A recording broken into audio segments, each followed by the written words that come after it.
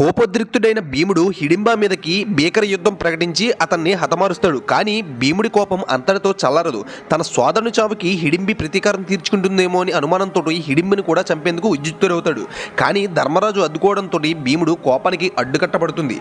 హిడింబి మనసులో భీముడు నిలిచిపోయాడని కుంతీదేవి గ్రహించి ఆమెను వివాహం చేసుకోమని భీముడికి సూచిస్తుంది. ఎట్టకేలకి హిడింబిని వివాహం చేసుకునేందుకు భీముడు అంగీకరిస్తాడు. కానీ అందుకోసం ఒక షరతును పెడతాడు. తాను ఎల్లకాలం హిడింబితో కలిసి ఉండలేనని, వారిద్దరికీ ఒక శిశువు జన్మించగానే అక్కడి నుంచి వెళ్ళిపోతానన్నదే ఆ షరతు.